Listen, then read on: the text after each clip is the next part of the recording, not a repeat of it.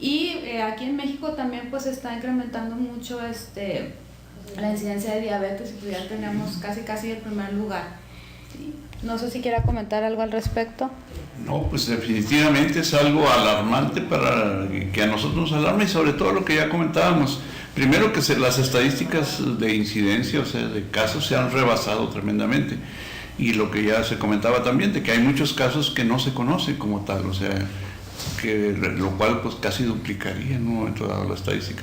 Y la otra, el hecho de que pues está afectando a los niños, ¿verdad? Que ese es otro motivo de preocupación. Así es, doctor. Y por ejemplo, de los casos que ustedes han visto, bueno, recientemente se ha incrementado también la diabetes en los niños, sobre todo niños que tienen obesidad. Así es. Y pues esto sí ya rebasó todas las expectativas que se tenían. Comentamos que, bueno, hace varios años era muy raro ver a un niño con estas características.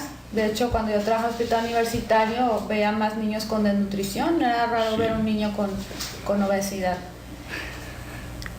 Pues yo creo que esto definitivamente es algo que no se contemplaba. Hace varias décadas, en los 60s, un autor, Malthus, tenía la preocupación de que la población iba creciendo de una forma geométrica, y decía, y bueno, los alimentos no son suficientes, los alimentos van creciendo en forma aritmética. Y bueno, viene una explosión de una industria alimentaria que se vuelve sumamente calórica, y bueno, esto detona en todo lo que se puede, las expectativas, ¿verdad? Y entonces empezamos a ver una gran cantidad de obesidad, y como bien lo señalan, bueno, una obesidad en los niños que detona también el problema de la obesidad, donde estamos viendo todo la magnitud donde diabéticos menores de 10 años. Entonces, eso es algo que hace 20 o 30 años no hubiéramos podido imaginar, una población que empieza desde muy joven con un problema que consideramos de las personas adultas, como es el tema de hoy, diabetes tipo 2. Así es, y lo que vemos también es que, bueno, los estilos de vida han cambiado. Yo veo que muchas mamás, pues no se dan tiempo para preparar el desayuno, salen a la carrera, y pues los niños a lo mejor les dan un licuado y les dan el dinero para comer en la escuela, y pues ustedes saben que en la escuela pues el acceso de los alimentos que hay no es el más favorable. Y pues yo creo que es una gran responsabilidad tanto de los padres de familia como pues, de los profesionales de la salud de informar sobre esta situación. Pero sí, me toca mucho ver en la consulta, yo creo que la falta de conciencia de los papás, no es que lo hagan a propósito, pero no atienden oportunamente a los niños, sobre todo porque está la idea de que el niño gordito es un niño sano, y si está un poquito delgadito, pues no falta que la abuelita lo quiera ver un poco más llenito, y pues yo veo que cada día hay más niños con obesidad. Esos paradigmas que ya se traen respecto a lo que usted mencionaba, que el niño gordito es niño sanito, según nuestros... Y pues definitivamente ha sido difícil cambiar esos paradigmas. Y sobre todo la falta de una educación en diabetes adecuada, pero que abarque hasta el entorno familiar, el hogar, que es donde debe de aplicarse primero esto, ¿sí? Todavía, como mencionábamos, pues vemos a las mamás que les dan a los niños para su lonche, como decimos, bueno, ¿cómo le ponen? Su bebida endulzada, pintada, azucarada, con su panecito por ahí también, y entonces, pues una alimentación bastante que deja mucho que desear, y que obviamente pues nos ha llevado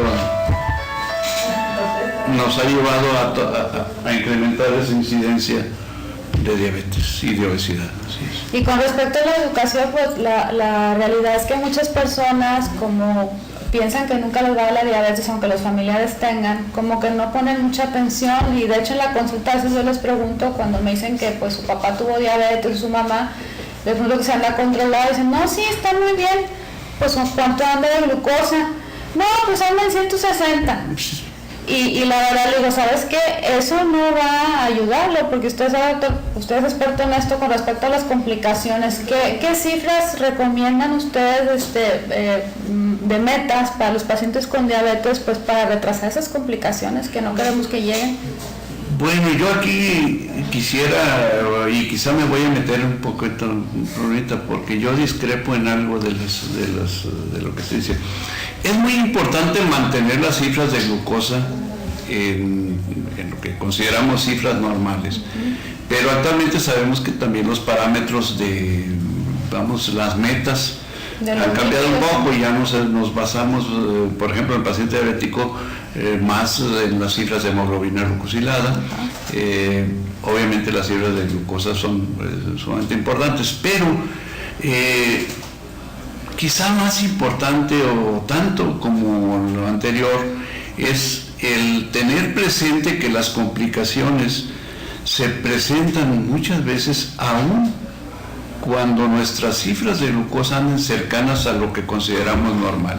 Y entonces tenemos que enfocarnos mucho, y eso yo siempre, y perdón que hable en primera persona, pero desde los 70s hemos estado insistiendo, hay que enfocarse en prevenir las complicaciones, no solamente en mantener las cifras de glucosa en cifras normales, sino las complicaciones se presentan muchas veces desde la primera etapa de la diabetes, que es una diabetes una etapa en la que todavía nuestras cifras de glucosa pueden que se mantengan muy cercanas a lo normal, ¿sí? Y quizá esto confunda un poquito, pero esperemos tratar de poder aclarar esto, a qué nos referimos. Entonces, en este caso, ¿qué pautas podemos recomendar a los pacientes? ¿Qué pasos seguir para que estén muy al pendiente de estas complicaciones? Yo creo que tenemos que establecer diferentes grupos de población. La recomendación es que se daría a una persona que no es diabética, pero que tiene factores de riesgo. Ese es un grupo.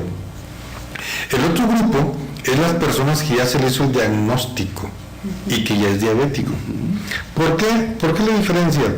Porque si es en un punto de prevención, podríamos decir que fuera abajo de 100. Así es. La recomendación para una persona que no tiene diagnóstico de diabetes, pero que tiene padres, tiene tíos, tiene familiares, la recomendación es que esté abajo de 100. Si rebasa 100, y aunque las organizaciones de salud marcan 126, ya estamos hablando de una alteración. Así es. Ya hay algún problema donde el control metabólico de la glucosa ya no es el adecuado. Entonces, hacer una prevención antes de que rebase. Entonces, recordemos que cuando una persona se le hace el diagnóstico de diabetes, es una persona que ya 5 o 10 años antes ya tenía algún problema de disregulación del metabolismo, no nada más de la glucosa, también de las proteínas, de las purinas y de los lípidos, que hablaremos un poquito más adelante de eso. Ahora, una persona que ya tiene diabetes, que ya está bajo tratamiento, lo ideal es que se maneje con una hemoglobina glucosilada abajo de 7. Actualmente inclusive ya tratamos de que sea abajo de 6. Así es, cuando una persona normal generalmente anda máximo en 6, 6.2, 6.3. Entonces, si ya lo pasamos, ¿por qué no decimos que una meta sería pues llevarlo abajo de 6.2? ¿Por qué no lo haríamos? Porque entonces caeríamos en problemas posiblemente de una complicación que es una hipoglicemia, y quizás entraríamos en problemas de riesgos adicionales. Entonces podemos considerar que si es una persona con muchos años con la diabetes, un adulto mayor, una cifra segura de la hemoglobina glucosilada sería alrededor de 7. Así es. ¿Están de acuerdo? Y ya una persona joven de recién diagnóstico puede ser un poco más baja la 6.5 será un poquito más estricto. Así es.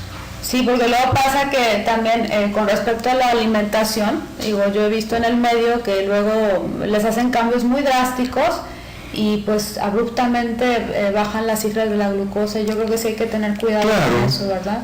El programa pasado hablábamos de la diferencia que era hacerse un examen de glucosa en un momento, ya sea a través del glucómetro o a través de la vía venosa, y que eso equivaldría a una fotografía en del momento, que la hemoglobina glucosilada es aquella que es el promedio de los últimos 3 meses, que son complementarias, pero vamos a decir, vamos a lo práctico, ¿qué le podemos recomendar a una persona que no tiene un buen control de su metabolismo de glucosa y que no se va a estar haciendo una hemoglobina glucosilada? Bueno, la idea, y si quisiéramos hacerlo de una forma muy estricta, la idea es hacerse un examen, una glicemia de ayuno, una glicemia 2 horas después del desayuno, luego antes de la comida, después de la comida 2 horas,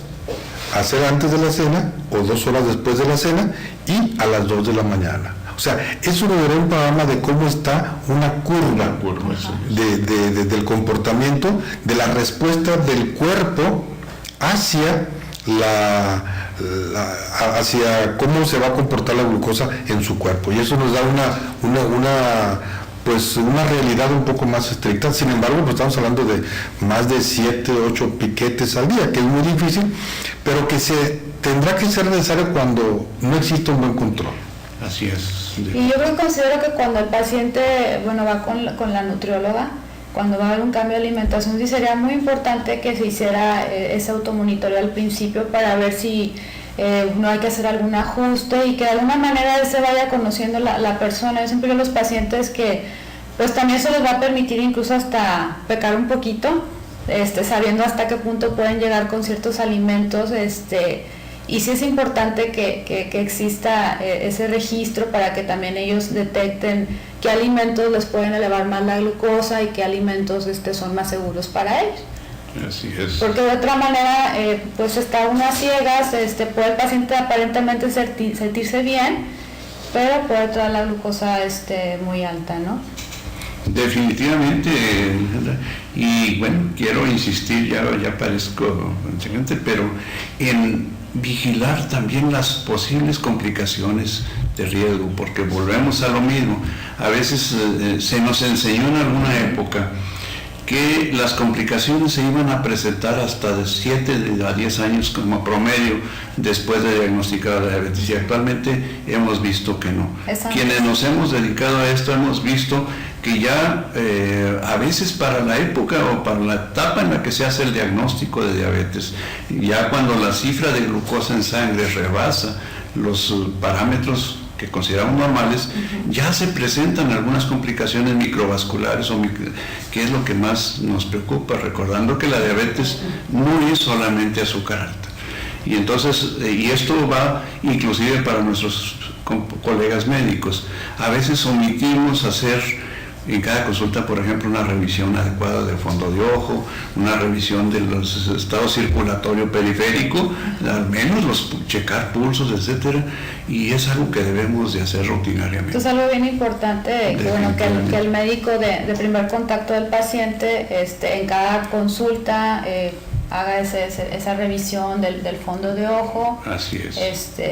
Para poder estar previniendo, ¿no? Quizás el fondo de ojo, que sería más indicarlo por un oftalmólogo, podría hacerse 2 veces al año. Sin embargo, no está por demás que el médico de primer contacto, haga una revisión para ver los elementos más esenciales, ¿verdad? Así es, definitivamente. Y yo, siempre a los alumnos, siempre cuando preguntan, ¿cada cuándo hay que revisar el fondo de ojo al paciente con diabetes? Cada que lo saludas, o sea, como saludo es revisión fondo de ojo, porque nos hemos encontrado, y nosotros nos tocó hacer por ahí algún trabajo interesante que luego mencionaremos los resultados si así se presta. Encontramos ya alteraciones microvasculares en pacientes todavía considerados como prediabéticos, y eso nos está confirmando algo que ya sabíamos, pero que no lo habíamos confirmado, que ya las manifestaciones de eso que llamábamos microangiopatía, que mal mal llamado, porque ahora hablamos de trastorno de microcirculación porque no afecta solamente los vasos. Ya se presentan tempranamente en muchos de esos pacientes. Lo mismo que en la neuropatía. Esa neuropatía que es una de las complicaciones más frecuentes y más complejas y más problemáticas, digamos, en la diabetes, se presenta muchas veces en etapas tempranas, inclusive muchas veces antes de que las cifras de glucosa se rebasen. De hecho, yo estaba notando gente más joven ya que empieza con la neuropatía, y eso antes no lo veía yo, hasta personas ya mayores. ¿A qué se debe, doctor? Una en que no habíamos aprendido a explorarla adecuadamente, a buscar intencionadamente cambios en neuropatía. Esperábamos hasta que el paciente nos dijera que ya traía sus dolores en sus piernas, ese dolor neuropático tan característico, o que ya hubiese manifestaciones francas. Pero si buscamos antes, por ejemplo, cambios en lo que llamamos la neuropatía autonómica visceral, o sea, cambios ya en la frecuencia, el ritmo cardíaco, etcétera, vamos a encontrarnos, o simplemente en lo que llamamos la neuropatía visceral intestinal, ya vamos a encontrar en esos pacientes algunas manifestaciones que si hacemos los estudios confirmatorios, vamos a encontrar que ya presentan neuropatía. Y por ejemplo, para que nuestro público identifique, los otros que tengan diabetes, ¿qué síntomas o signos deben estar al pendiente para identificar esta situación o qué podría? Bueno, para el paciente quizás sea un poquito más difícil identificarlo en esas etapas, por eso yo me refería a un diagnóstico, a una exploración adecuada por parte del médico, el paciente. Porque el paciente quizás se va a dar cuenta que trae neuropatía cuando ya trae manifestaciones de sensibilidad disminuida en sus piernas, algunas manifestaciones de sensibilidad alterada en sus manos, por ejemplo,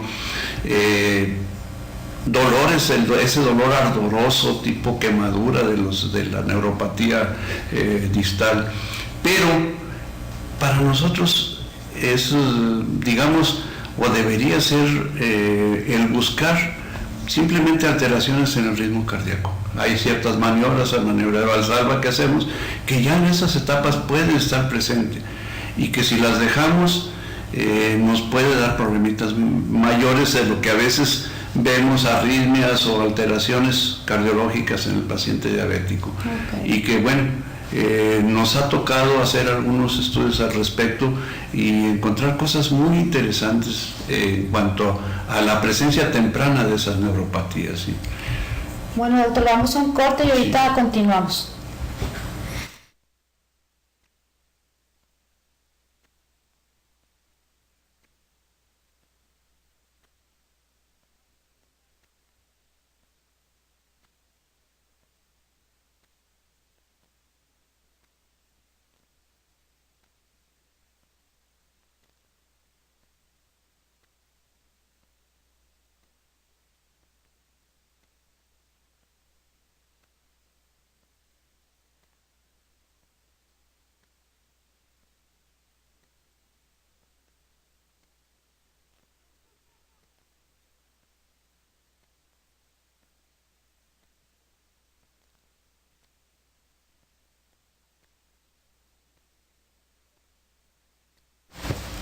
Bueno, continuamos, doctora. Entonces es bien importante que el paciente vaya regularmente con el médico para su chequeo. Yo he visto que a veces nada más fue la primera vez para el diagnóstico, ya le dan su tratamiento y luego pasan 5 años y ya no regresan y siguen con el mismo medicamento. ¿Usted qué recomienda ahí?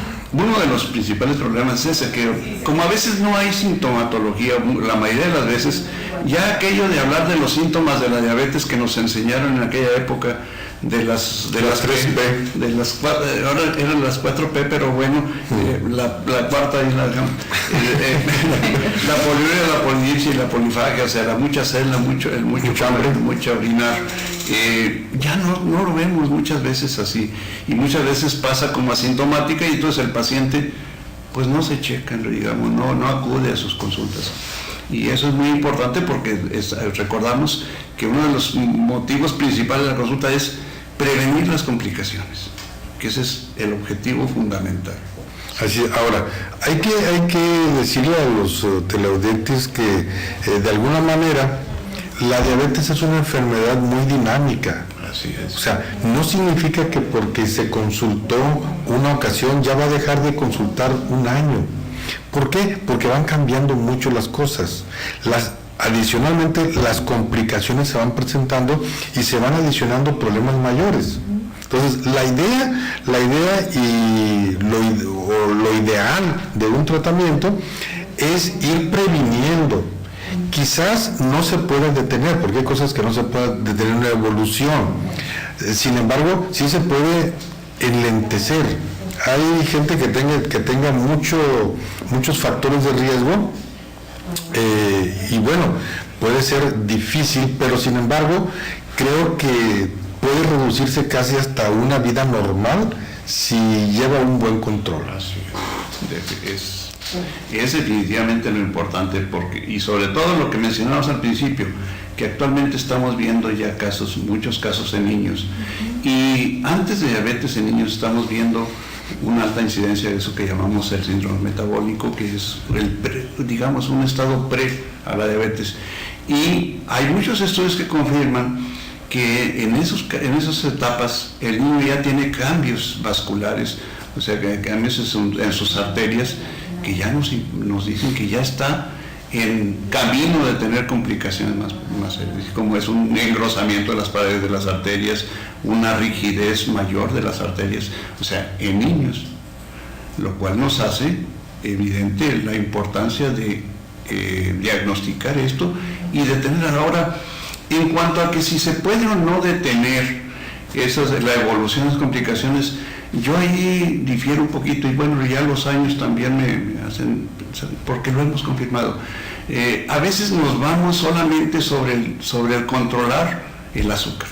Eso es muy importante, pero hay otras modificaciones en la alimentación que nos pueden ayudar también a disminuir la evolución, o a veces inclusive a revertir en parte esas posibles complicaciones de la diabetes. Entonces yo creo que también sería importante, bueno, porque mucha gente se enfoca solamente en la glucosa, también estar pendiente del perfil de lípidos, por ejemplo. ¿Cada cuándo recomienda que las personas hagan ese examen del perfil de los lípidos para checar su colesterol, cómo están sus triglicéridos? Bueno, recordar que aquí el perfil de lípidos del diabético es algo muy importante, porque encontramos que, por ejemplo, los triglicéridos, y es obvio, si sabemos que los triglicéridos provienen principalmente de los carbohidratos, de los azúcares, y estos andan elevados. El diabético casi siempre va a traer sus triglicéridos elevados, arriba de 150. De hecho, puede ser antes de las alteraciones de glucosa, están alterados. Que haya esté la alerta de que algo está pasando. Ese perfil aterogénico del síndrome metabólico y de la diabetes, que vemos las lipoproteínas de baja densidad elevadas, las lipoproteínas de alta densidad, las HDL bajas y los triglicéridos elevados, es un perfil que nos va a llevar a una evolución o al desarrollo de una aterogénesis, una aterosclerosis temprana. Pero hay algo más importante que esto, y yo siempre lo he insistido. En la primera etapa de la diabetes, generalmente las cifras de insulina circulante se encuentran elevadas, y la insulina elevada es un factor aterogénico muy importante. Es un factor de riesgo cardiovascular. De riesgo cardiovascular, porque simplemente produce una proliferación aumentada de las células de la pared de los vasos sanguíneos, y es lo que mencionaba hace un momento. Los niños en esas etapas ya tienen las paredes de sus arterias engrosadas, y es una proliferación excesiva. Ya habíamos hablado en la ocasión anterior de que la insulina es un factor de proliferación celular. Entonces podríamos decir que la diabetes que duplica el riesgo de enfermedad cardiovascular. Entonces es como un sinónimo. La persona trae diabetes, de hecho se considera una enfermedad cardiovascular. Sí, exactamente, porque generalmente pensamos en los cambios cardiovasculares atribuibles al azúcar elevado, o sea, la hiperglicemia, y son importantes, pero se nos olvida la otra parte. Los cambios, digamos, los factores de riesgo cardiovascular atribuibles a la otra fase, a la otra rama, digamos, de la activación celular en la diabetes o en el síndrome metabólico, que lo dejamos muchas veces de lado, y quizás estamos dejando pasar la gran oportunidad de parar o de detener, o de inclusive de revertir esas complicaciones, por irnos solamente a bajar las cifras de glucosa. No, pues tiene que ser todo integral. Así y es. ahorita una cosa bien interesante, ahorita me vino a la mente sobre los triglicéridos, porque llegan los pacientes al consultorio pensando que tienen que bajar las grasas porque tienen los triglicéridos elevados. Y no es así, o sea, realmente ahí lo que tiene mucho que cuidar es la ingesta de los carbohidratos. Sí, exactamente. El médico generalmente nos enseñan a irnos sobre el colesterol. Y bueno, también tiene importancia cuando anda muy elevado. Pero recordemos también que el colesterol es muy fluctuante inclusive durante el día, si hiciéramos determinaciones seriadas, que ya lo hemos hecho. Pero tenemos que cuidar principalmente ahí en el diabético, en el prediabético o síndrome metabólico, los triglicéridos. Entonces sí es bien importante también que estén al pendiente. Así y bueno, también me han llegado pacientes que traen el colesterol elevado y me dicen, Alejandra, no sé por qué tengo el colesterol elevado, sino como carne roja, no como quesos grasosos, leche entera. Y bueno, por ahí leyendo unos artículos, usted que es experta lo puede aclarar, que hay un mecanismo indirecto en donde con el exceso de los carbohidratos de carga alta glucémica repercute en las cifras del colesterol. Sí, definitivamente nos gustaría, no quisiéramos complicar la vida.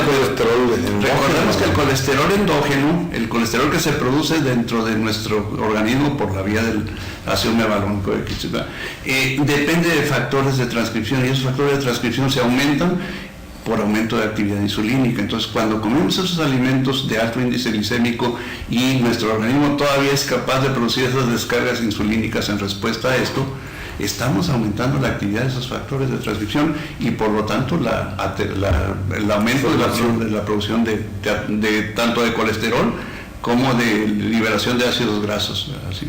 Y de hecho, bueno, la producción mayor de colesterol en el cuerpo es la endógena. La exógena, la que es a través de la alimentación, es la menor proporción. Y en eso se basa incluso el tratamiento, donde se inhibe una enzima para la formación de colesterol de los medicamentos más nuevos, ¿verdad? Así es. Y hablando del colesterol también a la mente eso, lo del huevo, que lo satanizan mucho y ya ve que hace muchos años pues siempre se ha recomendado que se quite la yema. ¿Qué opinan de eso? Ha habido muchos mitos que ojalá y podamos irlos aclarando con el tiempo y si es posible cambiarlos, ¿verdad? Y uno de ellos es precisamente eso, o sea, se le tiene pavor al huevo, por ejemplo, en el caso a la yema del huevo. Y bueno, yo les digo qué tanto contenido tiene y qué tanto son capaces de elevar el colesterol. Ahora, muchas veces nos llevamos la gran sorpresa que restringimos mucho el colesterol, la ingesta de colesterol, y resulta que el colesterol en sangre en vez de bajar se eleva, porque recordemos que hay un mecanismo de regulación, de feedback, de retroalimentación en la producción endógena de colesterol, y si lo bajamos demasiado también corremos el riesgo de aumentar ese mecanismo de retroalimentación. Ahora, por otro lado, el colesterol hay que señalarlo que es una sustancia que es indispensable para la vida humana. Así es. No es tan mal. No, y cuando hablamos de colesterol bueno y colesterol malo, pues finalmente la molécula de colesterol es exactamente la misma. Cuando hablamos de colesterol malo, pues estamos hablando del incremento de triglicéridos que lleva la molécula de colesterol acompañada. Exactamente. Esos son los LDL. Y los HDL son los de alta densidad, bueno, que son los que consideramos buenos, llevan muy poquito triglicérido y generalmente van recorriendo y es un metabolismo que se va compensando. Entonces podemos decir que tienen un efecto cardioprotector los HDL. Los HDL. Y por ejemplo ahí, entonces la importancia de que sea el perfil de lípidos completo, porque regularmente les piden el perfil bioquímico y ahí nada más nos dice los índices de colesterol, y puede estar el colesterol normal. Así es. Y a lo mejor el LDL está alto, ¿no? Sí, definitivamente, y esas lipoproteínas de baja densidad o las de muy baja densidad, que son, entre más baja densidad parece que tienen una mayor propensión a oxidarse, y ese es el gran problema en este tipo de grasas, ¿verdad? Su propensión a oxidarse y como tal a depositarse ahora sí y a producir algunas reacciones a nivel de la pared vascular. Entonces, como quien dice, bueno, los pacientes sí se pueden comer de repente su huevito.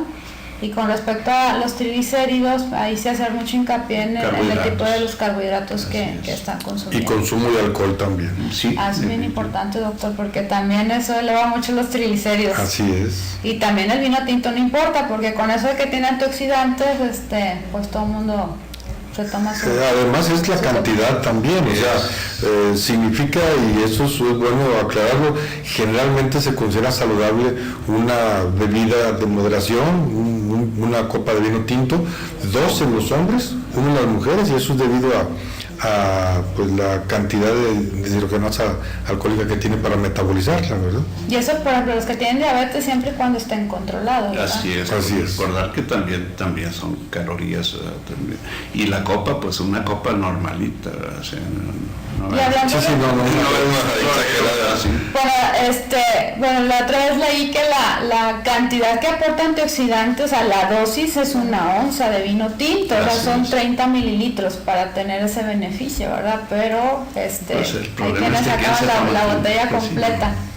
Una cosa lleva a la otra, como dijo, así es. O sea, la primera lleva a la segunda. Sí. Bueno, pero bueno, la idea es dar la recomendación desde el punto de vista salud y bueno, habrá personas que sí sean muy metódicas. Aquí significa mucho la personalidad, y en la experiencia vemos que por lo general un paciente diabético no es el que es más estricto con su persona. Generalmente cursa con una personalidad un poquito más desparpajada, un poquito más relajada, y no lleva bien su tratamiento. Entonces esto nos lleva a pensar que si le damos una recomendación de 1 copa o 2 copas, pues fácilmente va a ser el doble, ¿verdad? O quizás más. Sí, insistimos en ese llevar, en ese concientizarse, en ese autoconvencimiento, vamos a decirlo, de que debe llevar su control, que vale la pena llevar su control y evitarse todas las complicaciones. La diabetes en sí ya lo hemos mencionado, no tiene por qué causar grandes problemas de salud si se controla adecuadamente.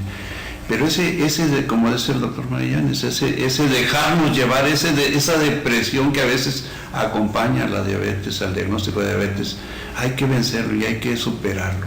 Y convencernos como diabéticos de que hay que llevar ese control adecuadamente. ¿Sí? Y ahí es muy importante también el apoyo de la familia y de los amigos, ¿no? Porque a veces también comentamos en el programa pasado que es bien común que, por ejemplo, al señor le preparen su comida aparte y todos los demás coman diferente.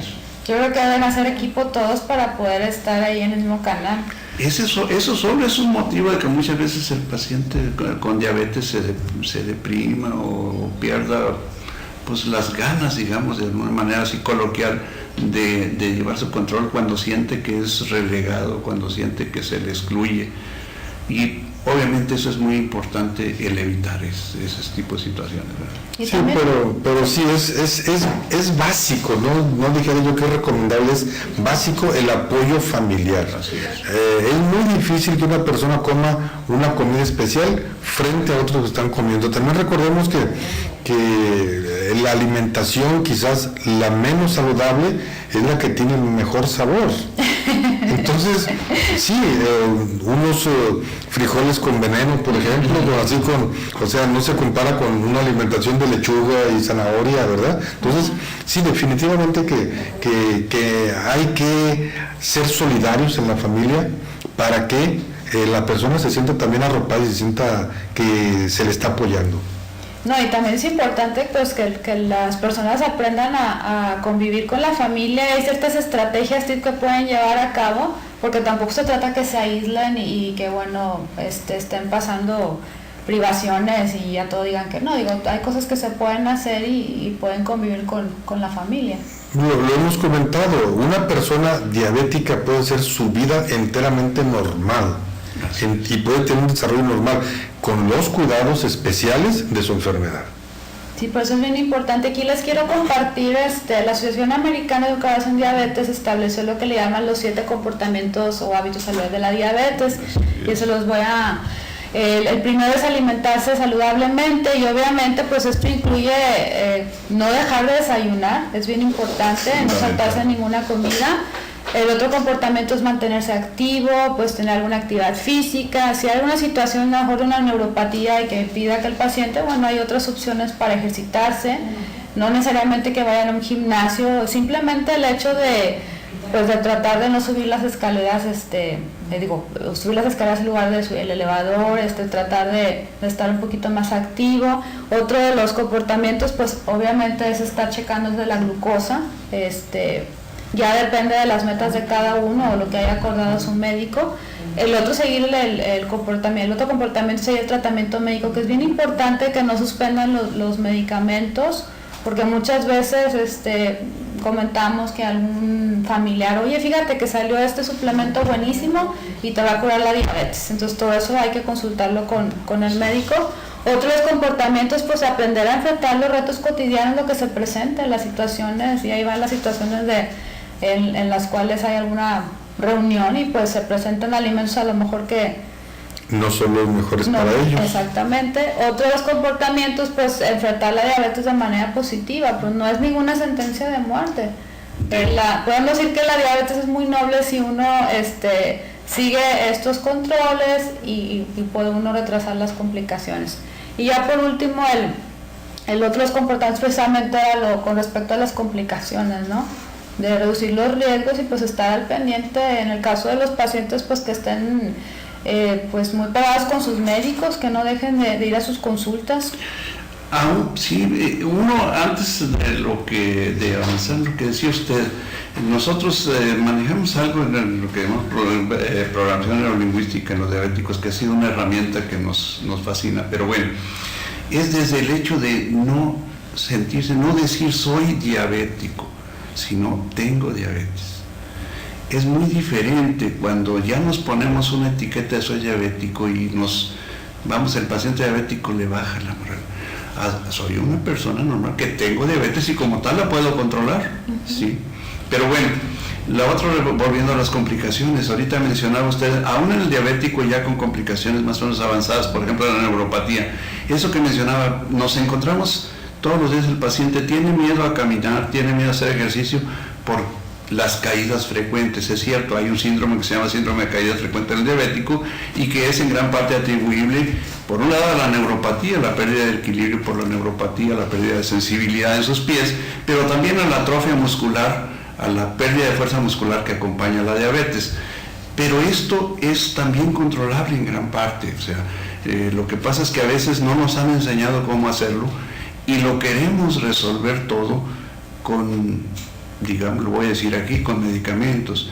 Gran parte de las complicaciones, sobre todo la neuropatía, la podemos manejar, digamos, con apoyo nutricional y con algún tipo de terapias, de ejercicios, que no necesariamente es a través de medicamentos.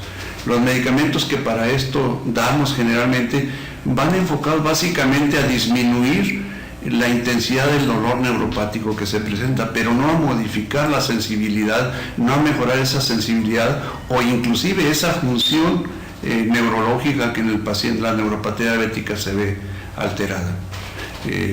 Nosotros nos hemos dedicado desde hace mucho tiempo al estudio de esto, desde cambios en la microcirculación, que son lo primero que ocurre en la neuropatía.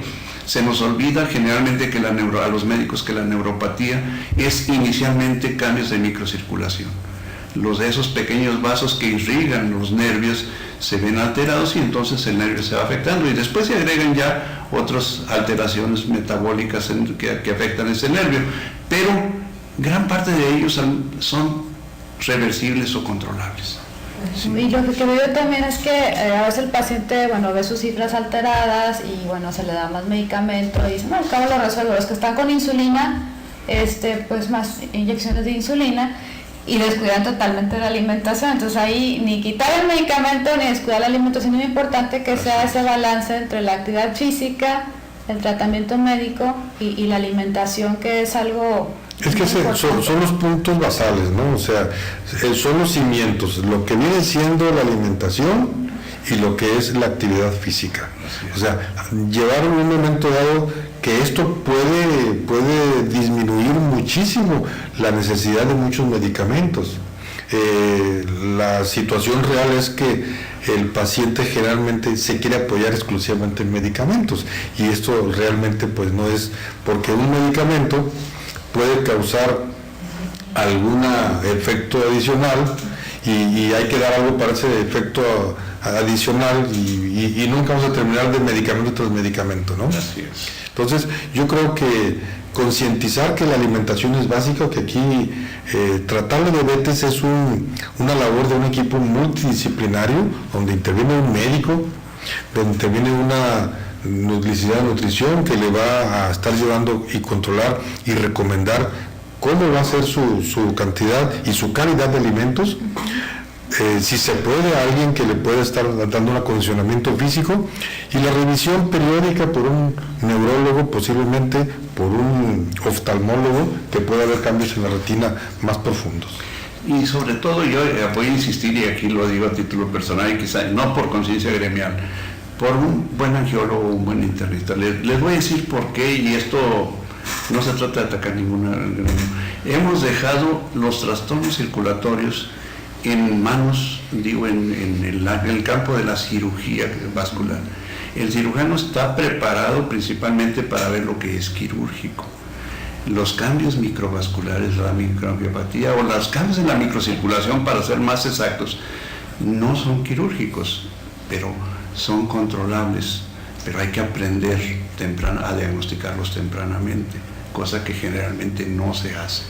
Sí. Y por ejemplo aquí, doctor, porque yo sé que los pacientes pasan más tiempo a veces con el nutrólogo o con el doctor en diabetes, ¿qué les recomendarían a ellos para que estén un poquito más al pendiente de esta situación de referir cuando vean algún signo o síntoma, para que inmediatamente pues los manden con los doctores? Porque yo sé que a veces los pacientes se despegan de los médicos y les digo, conviven más con el nutrólogo y con el doctor en diabetes. Para el paciente el saber que es conveniente, que es necesario, que es ser explorado adecuadamente, revisado adecuadamente cada vez que va con el médico, ¿sí? Y no nada más concretarse a checar el azúcar y las grasas en la sangre. Hay que checar los pulsos periféricos, hay que checar fondo de ojo, como decíamos, hay que checar todo el paciente, toda la persona.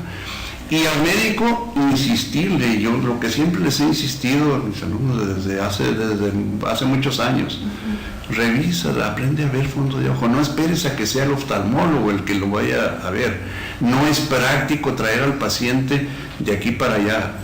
Habrá situaciones en las que ya se requiere la interconsulta con el oftalmólogo, definitivamente lo es, pero explorar, por ejemplo, los pulsos periféricos como mínimo, checar las presiones en los pies y en las manos, a sacar lo que llamamos el índice tobillo brazo, que es una de las principales manifestaciones básicas para detectar tempranamente cambios vasculares. Y obviamente, bueno, nosotros quisiéramos que se hiciera capilaroscopía, por ejemplo, algunos estudios microvasculares en todos los pacientes. Obviamente eso no es práctico, no todo el mundo se ha entrenado en ello, pero sí al menos estar preparados para detectar y saber cuándo ese paciente requiere una interconsulta con otra especialidad, sí. Es muy importante y el manejo en equipo, ¿no? Y que los colegas pues refiramos a los pacientes. Sí, pero sí debe ser cuando se requiera, o sea, sí, sin exagerar. Sí. Yo, mi recomendación es, sobre todo por retina, que lo revise el oftalmólogo de perdido una vez al año o 2 veces al año, sobre todo para evitar algún cambio que pueda ser no reversible, ¿verdad? Bueno, sí, pero yo les insisto ahora sí a los compañeros internistas, el internista está obligado, obligado a saber revisar fondo de ojo adecuadamente y solamente y referir al paciente cuando se requiera, cuando ya encontrar una alteración así o que tengo muchas dudas, pero debe ser el médico internista y no esperar solamente, pues que lo vea el oftalmólogo o esperar detectar cambios vasculares cuando lo vea el cirujano vascular. Pero el cirujano vascular lo va a ver cuando ya trae cambios tróficos, ya trae úlceras o ya trae el dedito moradito o X, ¿verdad? Así. Y no, debe detectarse. Para entonces ya pasaron muchos años. O sea, ese tipo, por ejemplo, las úlceras del diabético, los cambios isquémicos en las extremidades, no se desarrollan de un día para otro, pasan muchos años. Entonces hay que detectarlos desde que inician, ¿sí? Desde los factores de riesgo y frenar los factores de riesgo para evitar el avance. Pero la detección temprana es fundamental, ¿sí? Y no esperar a que ya ocurran las catástrofes que vemos todos los días del paciente, del pie isquémico, amputados, úlceras, ceguera. Ya para entonces le digo, ya pasaron muchos años. No, pues ya viene siendo ya la consecuencia de ese descuido. Lo que yo veo a veces, bueno, en la parte, sin agraviar a nadie de los médicos, es que los pacientes, si el médico puede hacer todas esas revisiones, yo creo que sería lo ideal, porque luego lo refieren con otro médico, y de aquí que vaya, a veces se quedan en el camino y no van. Es que, perdón, y quizá me voy a ver mal, pero ideal, el estado ideal es lo que se debe hacer, y en medicina están las reglas bien puestas como para saber lo que se tiene que hacer, que no las hagamos o que nos hagamos. Yo lo veo y lo critico y lo voy a criticar así porque vemos mucha consulta, digamos, de ya hasta las zapaterías tienen consultor, pero no sé, digo, quizás estoy exagerando, pero las X. Pero el médico no explora al paciente, y es fundamental, sobre todo en el diabético, la exploración adecuada del paciente, ¿sí? Y se hace medicina de consulta de por medio, digo, de escritorio de por medio, y eso no se vale, ¿sí? Y la otra es, el médico debe ser un equipo, o sea, una persona, porque siempre que vamos por ahí a algunas pláticas, es que debe ser un equipo, sí, sería lo ideal quizá, pero no es lo práctico, no es lo adecuado, porque el paciente yo no lo puedo traer, oye, ahora vaya con el especialista, ahora vaya con, o sea, debo estar capacitado para detectar, por ejemplo, nosotros como internistas, el 85-90% de los problemas, de las complicaciones, y resolverlas, y solamente un 10 a 15% serán del especialista que llamamos el tercer nivel. Sí. Eso es muy importante lo que dice, por eso le comentaba eso, porque como que pareciera que, bueno, no es mi responsabilidad y bueno, ve ya con el otro doctor. Y luego también sucede algo que comentábamos hace ratito en el corte, es que el paciente va con otro especialista y no le comunica los medicamentos que le dio el otro médico, y luego va con un tercer especialista y es una mezcla de medicamentos que en lugar de ayudarle al paciente, pues lo vienen a perjudicar. Debe de informarse. Cuando un paciente va a consultar, debe de informar, y esa sí es responsabilidad del paciente, decirle y llevar incluso las recetas de qué es lo que se le está dando. Los medicamentos, como todas las sustancias, no son inocuas, o sea, son potencialmente pueden causar daño. Inclusive entre una y otra puede haber reacciones intermedicamentosas que puede competir en metabolismo, puede sumarse su efecto, puede competir entre ellos, etcétera. Entonces es importante que sí tome su responsabilidad un paciente y que mínimamente lleve e informe al médico qué es lo que está tomando, para quizás también que no le repitan un medicamento.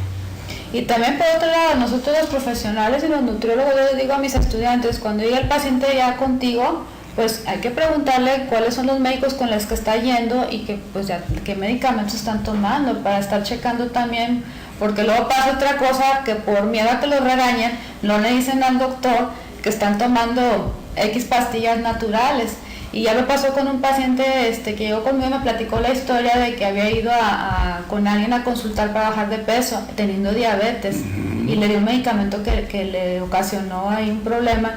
Y le digo, ¿no le dijiste al doctor? No, pues no me preguntó. Le digo, ¿cómo que no te preguntó? Pero tú le has dicho que tienes diabetes. Eso ya había pasado antes, pero no. Ni él le dijo al doctor que tenía diabetes, ni el doctor le preguntó, y le dio un tratamiento para bajar de peso. Y es que ahí el médico, yo les digo, no quiero irme sin llegar a verlo.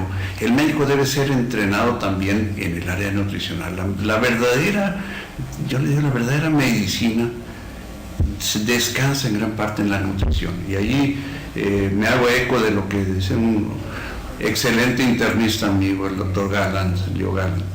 La nutrición es el pilar fundamental de la medicina, definitivamente, y eso lo sabemos, y se sabe ya desde lo que decía Hipócrates, o sea, la medicina debe ser tu alimento y tu alimento la medicina, ya lo decía Alexis Carrel también.